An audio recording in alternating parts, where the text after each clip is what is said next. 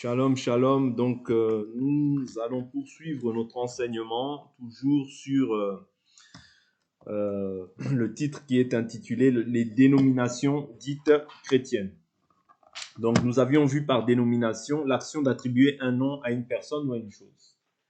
Et nous avions fait référence à la structure de McDonald's, comme nous pouvons faire référence à Carrefour ou à Auchan, toutes ces structures-là, qui sont construites avec un modèle.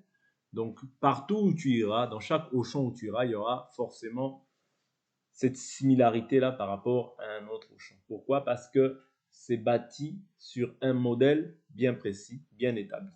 Vous comprenez? C'est ce qui fait que tu peux retrouver même les mêmes produits.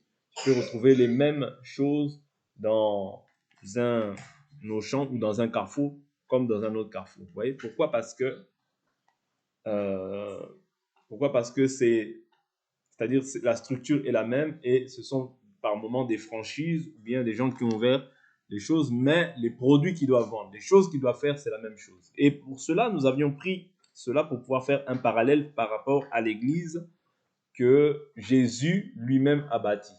Voilà pourquoi si tu vas dans une église, logiquement, et dans une autre église, dite église des saints, parce que Jésus, quand il construit son église, il relaye le message au travers des apôtres, parce qu'il dit, je ne prie pas pour vous seulement, c'est-à-dire les 12, mais je prie pour tous ceux qui croiront en moi au travers de vous. Ça veut dire que si nous croyons aujourd'hui, nous devons croire conformément à ce que les apôtres nous ont légué. C'est très important ces choses-là.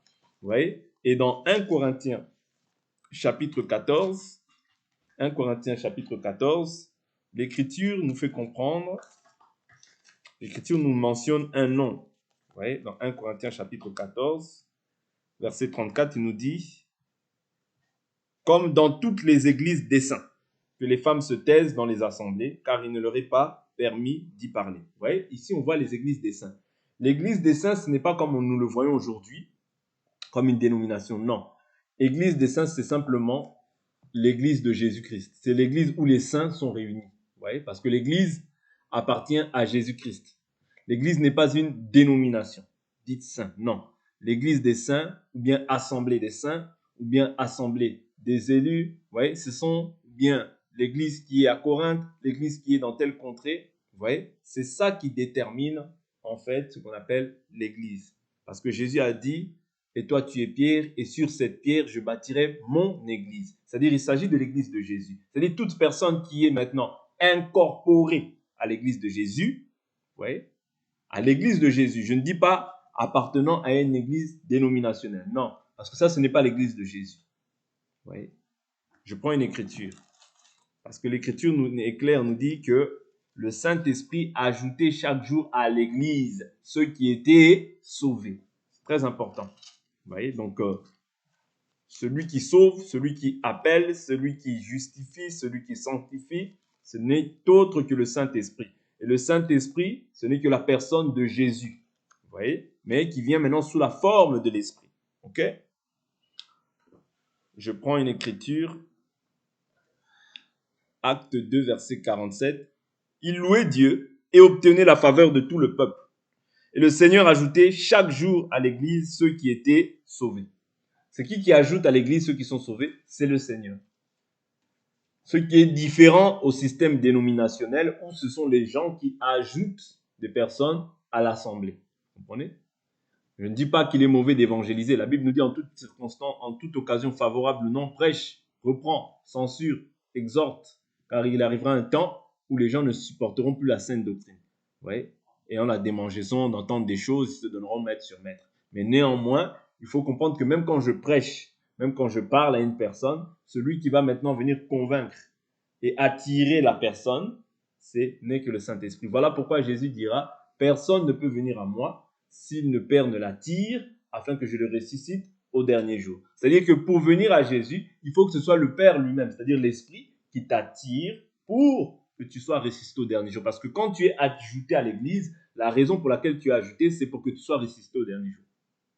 Notre espérance, c'est la résurrection. Si nous n'avons pas cette espérance-là, si on nous prêche un autre évangile, en réalité, c'est une foi, mais c'est une foi vaine. Parce que dans 1 Corinthiens chapitre 15, il est fait mention de cela.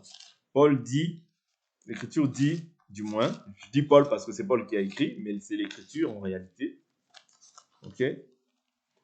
L'Écriture dit, dans 1 Corinthiens chapitre 15, il dit, je prends le verset 11. Ainsi donc, que ce soit moi, que ce soit eux, voilà ce que nous prêchons et c'est ce que vous avez cru. Or, si l'on prêche que Christ est ressuscité d'entre les morts, comment quelques-uns parmi vous disent-ils qu'il n'y a pas de résurrection des morts? S'il n'y a pas de résurrection des morts, Christ non plus n'est pas ressuscité. Et si Christ n'est pas ressuscité, alors notre prédication est vaine et votre foi aussi est vaine. Il se trouve que nous sommes de faux témoins à l'égard de Dieu puisque nous avons témoigné contre Dieu qu'il a ressuscité le Christ tandis qu'il ne l'aurait pas ressuscité si les morts ne ressuscitent pas. Car si les morts ne ressuscitent pas, Christ non plus n'est pas ressuscité. Et si Christ n'est pas ressuscité, votre foi est vaine, vous êtes encore dans vos péchés.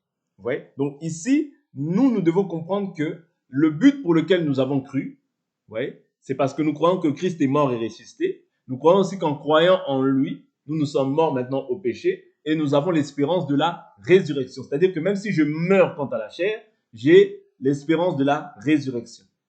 Parce que notre foi est basée sur la mort, l'ensevelissement et la résurrection de Christ. De même qu'il est mort, moi aussi je crois que je passerai par la mort si, du moins, il ne vient pas, si je n'assiste pas à l'enlèvement. Mais néanmoins, j'ai l'espérance que je ne mourrai pas définitivement. Je ne resterai pas définitivement sous la tombe, mais au son de la trompette, les morts en Christ ressusciteront en premier lieu et nous les rejoindrons dans les airs si, du moins, nous sommes en vie. Sinon, nous serons comptés comme les morts en Christ.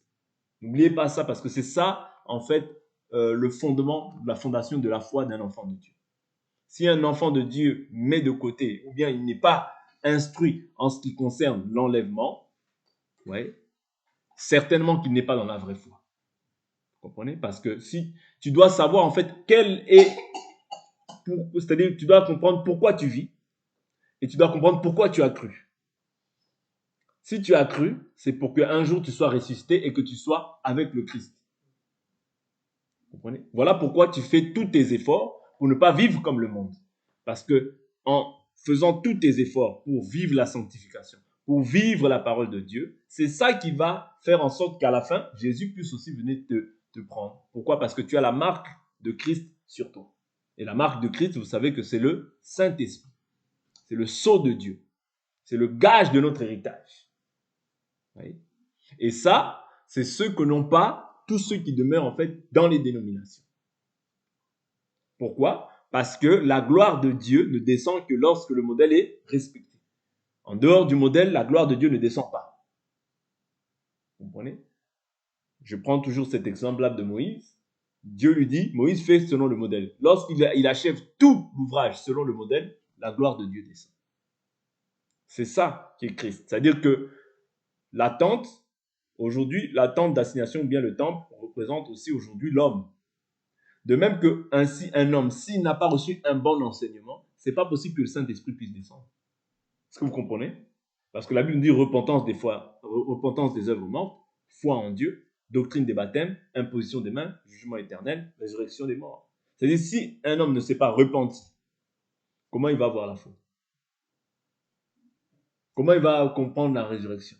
Comment il va, vous voyez? C'est-à-dire qu'il y a même pour pouvoir accéder au salut, il y a un modèle qui est établi. Un homme ne peut pas rentrer dans le salut comme ça, je suis dans le salut, c'est bon. Non. Il doit préalable se repentir. Sinon, la présence de Dieu ne vient pas. Comment Dieu va venir habiter dans une personne qui vit encore dans le péché? C'est pas possible. Voilà pourquoi aujourd'hui, il y a des gens qui ont fait une mauvaise analyse de la foi. Ils ont prêché beaucoup de révélations aux gens, mais les gens sont restés païens.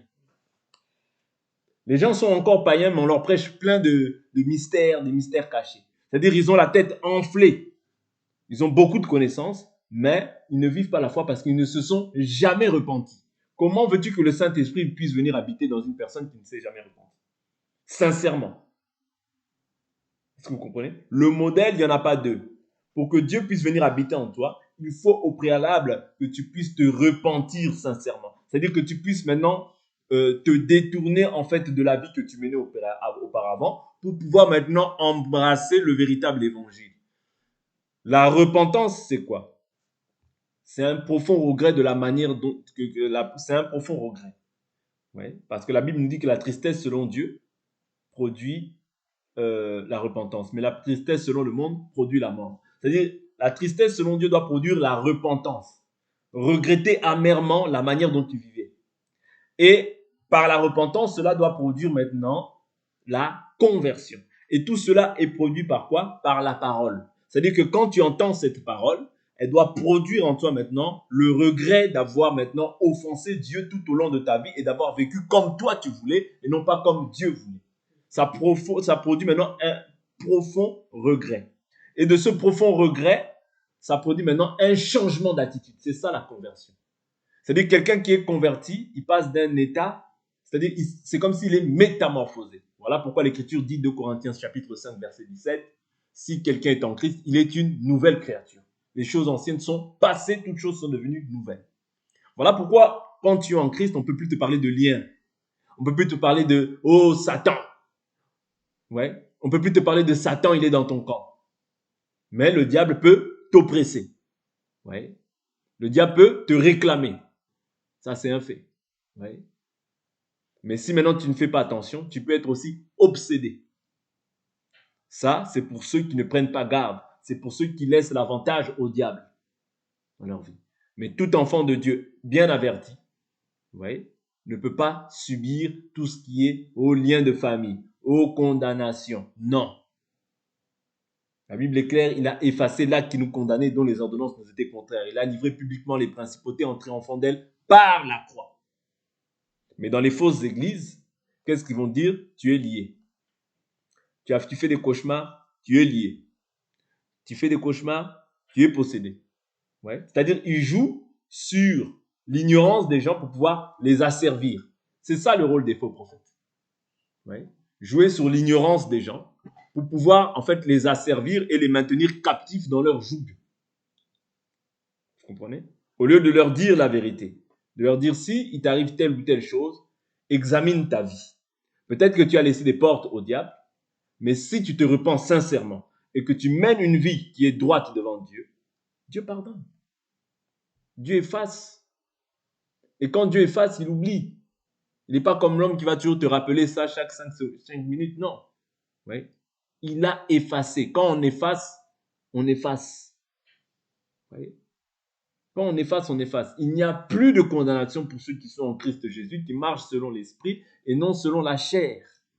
Si tu marches selon la chair, oui, effectivement, il y a une condamnation. Mais si tu marches selon l'esprit, c'est terminé. Il n'y a plus de condamnation. Il n'y a plus de lien. Toutes ces choses-là tombent. Oh, la possession, ça tombe. C'est Jésus qui me possède. Comment le diable peut me posséder? C'est pas possible. Mais ça, c'est le rôle des faux prophètes. Ouais. Ils vont venir jouer sur ta peur. Ils vont venir chercher à pouvoir, c'est-à-dire jeter la peur, jeter l'effroi dans ta vie pour que tu sois constamment là à pouvoir dépendre d'eux. Tu viens aujourd'hui, il prie pour toi, tu tombes. La semaine d'après, tu reviens encore, il prie pour toi, tu tombes. Tu reviens dans 2 mois, tu pries pour toi, tu tombes. Bon, tout le temps, tu tombes, tu tombes, tu tombes. Et finalement, quand est-ce que tu vas arrêter de tomber? Au lieu de dire simplement, rentre en toi-même. Peut-être que tu as laissé une porte ou l'accès au diable dans ta vie. Vous comprenez? Le rôle des faux prophètes. Aujourd'hui, on va voir aussi, nous avions vu par la grâce de Dieu, les faux prophètes dans le livre de 2 Pierre chapitre 2. Ok? Nous avions vu aussi qu'il faut éprouver les esprits. Ok? Ne pas mettre foi à tout esprit, parce que l'esprit, c'est aussi un enseignement. Ok? N'oubliez pas ces choses-là. L'esprit, c'est aussi un enseignement. Mais la Bible nous recommande d'éprouver les esprits. Ce n'est pas mauvais d'éprouver les esprits. Ce n'est pas mauvais d'examiner toute chose et de retenir ce qui est bon. C'est-à-dire, dans toute prédication, je dois être comme les chrétiens de Bérée, qui avaient des bons sentiments. Parce que la Bible il dit qu'il avait des bons sentiments en examinant ce que Paul disait. C'est-à-dire, ils examinaient chaque jour les Écritures pour savoir si ce qu'on leur enseignait était exact. C'est ce qui nous manque aujourd'hui. C'est-à-dire des chrétiens qui examinent toutes choses. C'est-à-dire, bien que c'était Paul, vous voyez, Paul, mais ils examinaient quand même. C'est-à-dire, ils ne sont pas dit, oh, comme c'est Paul. Non, non, non, non. On examine. C'est-à-dire, parce que tout homme doit être reconnu comme menteur, Dieu seul doit être reconnu comme étant vrai, afin que tu sois trouvé juste dans tes voies. Ok? C'est très important. Donc, nous avons vu aussi hier par la grâce du Seigneur que les faux prophètes sont aussi à la recherche de la puissance. Quand je parle des faux prophètes, je parle de tous ceux en fait qui consciemment connaissent la vérité, mais qui gardent injustement la vérité captive pour pouvoir maintenir en fait les enfants de Dieu dans l'ignorance. Parce que certains, Dieu leur a révélé la vérité, mais ils demeurent en fait dans cet état-là pour pouvoir asservir, pour pouvoir dominer, pour pouvoir servir en fait les brebis du Seigneur. Mais la Bible est claire dans Jean 10:30, elle nous dit que mes brebis entendent ma voix et elles me suivent. Elles ne suivront pas un étranger car elles ne connaissent pas ça. Vous voyez? C'est-à-dire, maintenant, les Israélites, quand ils suivaient Jésus, Jésus leur dit, vous n'êtes pas de mes brebis. Mais mes brebis entendent ma voix. C'est-à-dire, celui qui est la brebis du Seigneur, tôt ou tard, c'est pour ça que j'avais dit hier que tôt ou tard, celui qui est la brebis du Seigneur ne peut pas demeurer indéfiniment dans ces choses-là. Peut-être qu'il y allait par inadvertance, peut-être qu'il y allait par, voilà, peu importe la circonstance qui a fait en sorte qu'il puisse se trouver dans ces choses-là, parce que Dieu aussi a voulu que les hommes puissent le chercher en tâtonnant. Vous comprenez? Donc cette écriture-là aussi, il ne faut pas l'oublier. Okay? Donc Dieu a voulu que les hommes puissent les chercher en tâtonnant. Dans ta phase de tâtonnement, tu peux être amené à passer dans ces endroits-là. Vous voyez? C'est une phase de tâtonnement. Mais comme tu as la semence de Dieu en toi, Dieu tôt ou tard doit t'ôter, ouais, doit t'arracher en fait de la gueule du lion. Ouais, parce que tous ces gens-là, en fait, ce sont des lions. Quand je dis des lions, parce que le lion, c'est un animal. Ouais. Or, tous ceux qui n'ont pas revêtu l'esprit de Christ, ils ont encore l'esprit du diable en eux. C'est-à-dire, ils ont pour père le diable. C'est-à-dire, c'est le diable qui les pousse en fait à pouvoir maintenir les gens dans l'ignorance et dans la captivité. Parce qu'un enfant de Dieu, lui, doit présenter le Père. Philippe dit à Jésus, montre-nous le Père, cela nous suffit. C'est-à-dire, ce que l'enfant de Dieu doit vouloir voir, c'est le Père. Présente-nous le Père, c'est tout. Présente-nous le Père, cela nous suffit. Ne me raconte pas ta vie, tu es allé à Bangkok, tu es allé à Bamako, tu es allé dans... Non, ne raconte pas ta vie. Présente-nous le Père. L'Église, n'oublions pas qu'elle appartient à Jésus. Ouais. Voilà pourquoi l'Écriture, dans Éphésiens 5, nous avions vu qu'il dit que comme la femme se soumet à son mari, comme Marie aimait vos femmes, comme Christ a aimé l'Église. C'est-à-dire, ici, il fait le parallèle entre l'époux charnel et l'époux de l'Église. Vous voyez, parce que l'Église n'est pas formée d'un seul membre, mais de plusieurs. L'Église est composée d'hommes et de femmes qui ont cru au message de l'Évangile. C'est ceux-là qui sont ajoutés à l'Église, la véritable Église. Mais tous ceux qui sont dans ces dénominations-là ne sont pas forcément ajoutés à l'Église, mais ils sont ajoutés à une dénomination. Voilà pourquoi tu vas voir qu'ils ont des badges. Ils ont des badges. Voilà pourquoi ils ont des cartes d'adhérents. Ouais.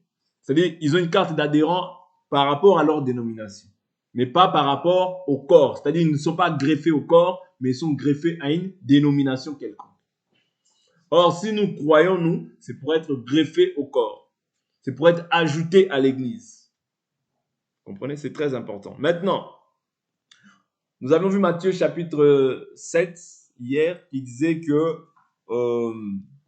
qui disait que Seigneur, Seigneur, n'avons-nous pas fait des miracles en ton nom? N'avons-nous pas prophétisé en ton nom? N'avons-nous pas fait toutes ces choses en ton nom? Mais Jésus leur dira quoi? Retirez-vous de moi, vous qui commettez l'iniquité. Pourquoi l'iniquité? Je vous avais dit que l'iniquité, c'est l'injustice, mais faite de manière délibérée. C'est-à-dire, c'est une personne qui se décide délibérément maintenant de se livrer au péché. J'avais dit que le péché ne se limite pas seulement à voler, mentir, tricher. Non. Le péché, c'est refuser de faire ce qui est juste aux yeux de Dieu. La Bible nous dit, si quelqu'un sait faire le bien et qu'il ne le fait pas, il commet un péché. Or, le bien est aussi caractérisé par la parole. Parce que Dieu seul est bon. C'est ce qu'avait dit Jésus à l'homme riche. C'est-à-dire, ce qui est bon ou ce qui est bien se trouve dans ce qui est la parole. C'est-à-dire, quand je refuse de dire la vérité à mon prochain, quand je refuse de pouvoir guider, orienter le prochain, là, je n'agis plus dans le péché, mais c'est l'iniquité. C'est-à-dire, délibérément, en fait, je pêche. Délibérément, je lui mens. C'est en cela que tu deviens un faux prophète. Et la Bible nous dit qu'on les reconnaîtra par leurs fruits. Quels sont les fruits qui produisent toujours? L'impudicité, la cupidité. Ça ne peut pas manquer. La cupidité ne peut jamais manquer. Pourquoi? Parce que Dieu avait dit déjà à la Genèse que le serpent marchera par son ventre tous les jours de sa vie. Prenons cette écriture. Voilà pourquoi ces choses-là, ça ne peut pas manquer. La cupidité surtout, c'est un élément qui ne manque pas. Voilà pourquoi beaucoup, même s'ils prêchent la sanctification, même s'ils prêchent telle ou telle chose, mais ils doivent toujours revenir à ce que leur Père leur a donné en partage. Parce que c'est leur héritage. De même que nous, la Bible nous dit, rendez grâce au Père d'avoir eu part à l'héritage des saints dans la lumière. Mais de même que eux, leur héritage, c'est quoi? C'est marcher par leur ventre. Même s'ils veulent camoufler ça, même s'ils veulent faire semblant. Mais cette chose doit toujours revenir à la surface. Pourquoi? C'est leur héritage. Genèse, chapitre 3. Je prends le verset 14. L'Éternel dit au serpent, puisque tu as fait cela, tu seras maudit entre tous les bétails et tous les animaux de la campagne. Tu marcheras sur ton ventre et tu mangeras de la poussière tous les jours de ta vie. Vous voyez? Est-ce que vous comprenez? C'est ça la sentence qu'il a reçue. Voilà pourquoi, même s'il cache, même s'il vient en vêtements de brebis, même s'il vient d'une manière camouflée, cette chose-là, de la même manière que chez un enfant de Dieu, on doit voir quoi? L'amour. Vous voyez, parce que c'est le fruit que le Seigneur nous donne par le Saint-Esprit. L'amour qui va entraîner la joie, la paix, la patience, la bonté, la douceur, la bienveillance, la fidélité, la maîtrise de soi. Toutes ces choses-là, ouais, sont caractérisées simplement dans le fruit qui est l'amour. C'est-à-dire un seul, ce même fruit, c'est-à-dire qu'on prend toutes ces choses. De la même manière que eux aussi, ceux qui sont en fait fils du diable, même s'ils viennent en vêtements de brebis, ils doivent toujours, c'est-à-dire manifester le caractère du ventre. C'est inévitable. C'est inévitable. Il peut faire comme s'il n'était pas débauché. Oui, ce n'est pas noté. Mais néanmoins, la cupidité, c'est inévitable. Oui. Parce que c'est ça c'est ça la prophétie qui leur a été donnée à eux. Oui. Parce que leur père marche par le ventre. Eux aussi doivent reproduire en fait ce qu'ils ont vu chez leur père. De même que Jésus a reproduit ce qu'il a vu chez son père, c'est-à-dire ceux-là aussi doivent reproduire ce qu'ils ont vu chez leur père. C'est inévitable. Comprenez?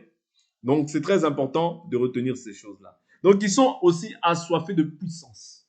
Nous n'avions pas vu cela, je l'avais dit oralement, mais nous allons voir rapidement cela dans le livre de Actes des Apôtres chapitre 8. Actes des Apôtres chapitre 8. Prenons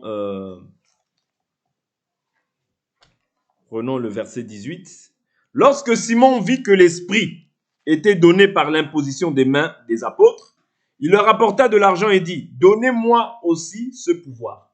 Il leur apporta quoi? De l'argent. Donnez-moi aussi ce pouvoir, que celui à qui j'imposerai les mains reçoive l'Esprit Saint. Mais Pierre lui dit, que ton argent aille à la perdition avec toi, puisque tu as pensé acquérir le don de Dieu à prix d'argent. Il n'y a pour toi ni part ni lot dans cette affaire, car ton cœur n'est pas droit devant Dieu. Repens-toi donc de ta pensée mauvaise et prie le Seigneur pour que l'intention de ton cœur te soit pardonnée s'il est possible. Car je vois que tu es en proie à l'amertume du fiel et au lien de l'injustice. Simon répondit, priez vous-même le Seigneur pour moi, afin qu'il ne me survienne rien de ce que vous avez dit. Ouais. Assoiffé de puissance. Ok? Assoiffé de puissance.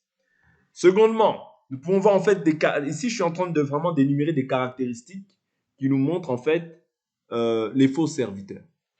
Nous avions vu aussi dans le livre de Actes 20, je vais reprendre cette écriture là. Actes 20. Donc le deuxième point que je peux souligner ici, c'est-à-dire qu'ils n'attireront pas les disciples après Christ, mais après eux. Ça c'est Actes chapitre 20. Nous pouvons prendre ici le verset 25. Et maintenant, voici, je sais que vous ne verrez plus mon visage, vous tous au milieu de qui j'ai passé en prêchant le royaume de Dieu. C'est pourquoi je l'atteste aujourd'hui, je suis pur du sang de vous tous. Car sans rien dissimuler. Paul dit sans rien dissimuler. C'est-à-dire le véritable serviteur ne dissimule rien. Oh non, je cache cette révélation parce que si je dis cette révélation, voilà, les gens vont savoir. Non, non. Jésus a dit, je vous ai tout dit. C'est-à-dire, nous aussi, quand nous avons quelque chose, nous devons tout annoncer. C'est ça le vrai rôle du vrai serviteur. Qu'as-tu que tu n'aies reçu? Si tu l'as reçu, pourquoi te glorifies-tu? Si tu as quelque chose, cela ne vient pas de toi. C'est Dieu qui te l'a donné. Alors pourquoi tu vas te glorifier? Comme si cette chose-là était à toi. Elle n'est pas à toi. Quand tu agis ainsi, tu camoufles les choses. Tu dissimules en fait les choses qui ne te reviennent pas de droit. Parce que ce que tu as, tu dois le donner aux autres. Comme toi aussi, tu as reçu de la part du Seigneur. C'est très important. Il dit quoi? Sans rien dissimuler, je vous ai annoncé tout le dessein de Dieu. Le dessein, c'est quoi? C'est le conseil de Dieu. Oui. En réalité, en annonçant le dessein de Dieu, il est pur de leur sang. Il dit, prenez donc garde à vous-même et à tout le troupeau au sein duquel le Saint-Esprit vous a établi évêque, pour faire paître l'église de Dieu qu'il s'est acquise par son propre sang. Vous voyez, là encore, on voit un nom, église de Dieu. Il s'est acquise comment? Par son propre sang. C'est-à-dire Jésus, vous voyez, il s'est acquis, c'est écrit, à cette église par son sang. Voilà pourquoi personne sur la terre ne peut dire c'est mon église. Non, c'est l'église de Christ. Oh, même si j'ai bâti, j'ai fait, c'est l'église de Jésus, ce n'est pas ton église. Je sais que parmi vous, après mon départ, s'introduiront des loups redoutables qui n'épargneront pas le troupeau. Et que du milieu de vous, c'est-à-dire déjà, il y a des loups redoutables qui ne vont pas épargner le troupeau. Mais il dit, et que du milieu de vous se lèveront des hommes qui prononceront des paroles perverses pour entraîner les disciples après eux. Veillez donc en vous souvenant que pendant 3 ans, je n'ai cessé nuit et jour d'avertir avec larmes chacun de vous. Oui. Donc ici, il est en train de nous faire comprendre que, c'est-à-dire les gens vont se lever du milieu de nous pour entraîner les gens après eux et non pas après Christ. Annoncer des doctrines pernicieuses pour détourner les gens de la foi véritable et les entraîner en fait dans des hérésies de perdition ou bien dans des fables. Oui. Parce que je vous ai dit que lorsqu'on ajoute à cette parole, oui, on ajoute aussi, la Bible nous dit dans le livre de l'Apocalypse 22, que Dieu aussi ajoutera aussi les plaies qui sont décrites dans ce livre. Quand tu retranches à cette parole, Dieu aussi retranchera ta part de l'arbre de vie. Et c'est cela, en fait, c'est ce que font, en fait, les dénominations. Pas simplement les dénominations. Il y en a aussi qui peuvent se dire être dans la vérité, mais qui, parce que la Bible nous dit, ils s'introduiront du milieu de vous. C'est-à-dire des gens aussi peuvent se lever du milieu de nous pour pouvoir maintenant entraîner des doctrines perverses, des fables. Voilà pourquoi les dénominations, nous savons qu'ils sont dans l'erreur. Mais il faut veiller aussi à ceux qui prétendent être dedans. Parce que la Bible nous dit, qu'ai-je à juger ceux du dehors? Ceux du dehors, Dieu les juge. Ouais, c'est ceux du dedans que je dois juger. Parce qu'on s'acharne beaucoup des fois sur les dénominations, mais ceux du dedans, nous devons aussi les juger. Ouais. Parce que le jugement permet d'avoir une foi saine et que personne ne puisse apporter quelque chose qui est étranger à la foi que nous confessons. C'est très important. Okay? Donc ici, dans ce cadre-là, nous avons vu en fait ce que feront les faux prophètes, c'est-à-dire attirer les brebis après eux et non pas après Christ. De quoi est-ce que les apôtres souffraient aussi? C'était aussi les fausses doctrines. 1 Timothée chapitre 1 verset 3. Ouais. 1 Timothée chapitre 1 verset 3. Je peux prendre ça rapidement. Aujourd'hui, je crois qu'on va terminer sur cet enseignement par la grâce de Dieu. 1 Timothée 1 verset 3. Comme je t'ai exhorté à mon départ pour la Macédoine, demeure à Éphèse, afin de recommander à certaines personnes de ne pas enseigner d'autres doctrines et de ne pas s'attacher à des fables. Qu'est-ce que sont les fables? Les fables sont des récits, ouais, d'où l'on tire une moralité. C'est-à-dire les gens qui sont là dans la morale, Tu n'as pas besoin de venir à l'église pour pouvoir bénéficier en fait des valeurs morales. Non, tu n'as pas besoin. Tu peux aller voir des psychologues ou bien des gens qui sont établis pour ces choses-là. Tu vas bénéficier en fait de leurs valeurs morales. Mais l'église te prépare pour aller à l'enlèvement. Mais dans l'église aussi, il y a des valeurs morales qu'on doit apporter aux gens. Je ne dis pas que toute valeur morale doit être exclue. Ce n'est pas ce que je dis. Mais je dis que si c'est simplement les fables qui règnent du 1er au 30, vous voyez, ça, ce n'est pas l'église. L'église doit présenter Christ et Christ crucifié. Très important. Okay? De ne pas s'attacher à des fables et des généalogies sans fin qui favorisent des discussions plutôt que l'œuvre de Dieu dans la foi. Okay? Donc, ce à quoi il devait veiller aussi, c'est les fausses doctrines qui s'étaient introduites au milieu des saints. Ce qui est quelque chose de prohibé, ouais, par la foi que nous confessons. Okay? Et puis, je vais prendre 2 Timothée chapitre 4. Ça, vous connaissez cette écriture, verset 3. Il dit, car il viendra un temps où les hommes ne supporteront plus la saine doctrine, mais au gré de leurs propres désirs, avec la démangeaison d'écouter, ils se donneront maître sur maître. Ils détourneront leur oreille de la vérité et se tourneront vers les fables. Ouais, c'est ça que les gens aiment aujourd'hui. Voilà pourquoi, en fait, dans ces assemblées-là, ouais, dénominationnelles, ou bien dans des fausses assemblées, où là, il y a les faux prédicateurs, ce sur quoi ils sont spécialistes, c'est les fables. Ouais. Parce que les gens, c'est ça qui les démange aujourd'hui.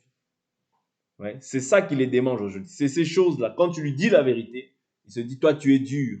Toi, tu es comme ci. Toi, tu es comme ça. C'est-à-dire, on te met une étiquette, on te diabolise pour que les gens ne puissent pas même s'approcher de toi. On essaie de faire on essaie de te diaboliser, de te mettre dans une case pour te montrer que toi, tu es arriéré, tu es archaïque dans ta manière de raisonner. Okay?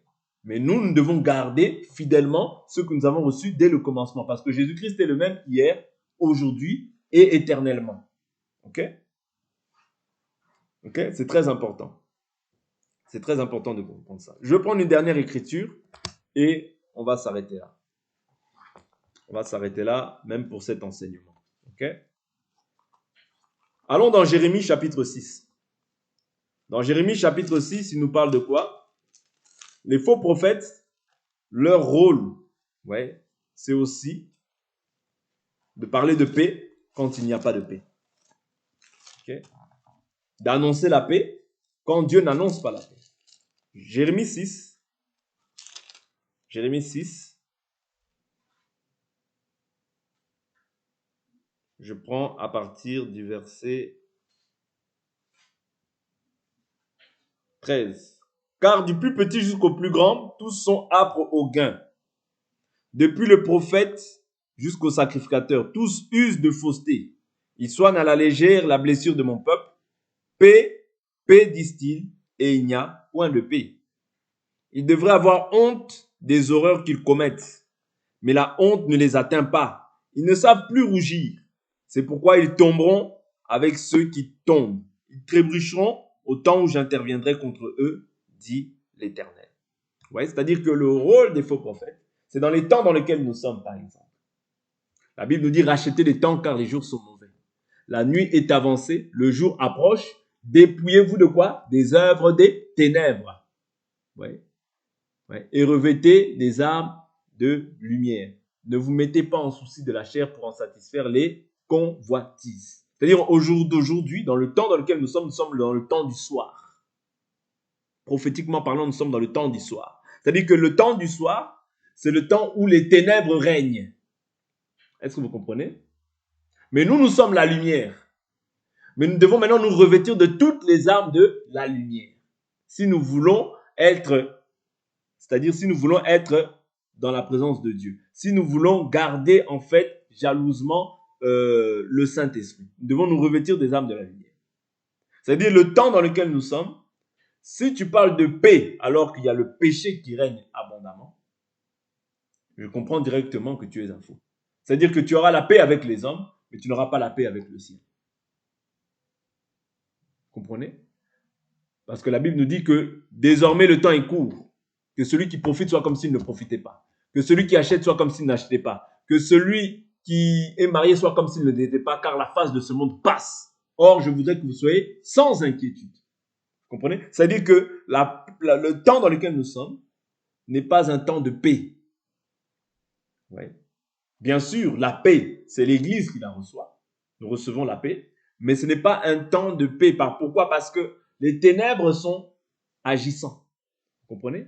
Les ténèbres sont agissants. Voilà pourquoi c'est un temps où on doit alerter les gens à se préparer au retour de Christ. Mais si tu vois par exemple quelqu'un qui est dans le vol, qui est âpre au gain, et que toi tu lui prêches la paix, tu es un faux.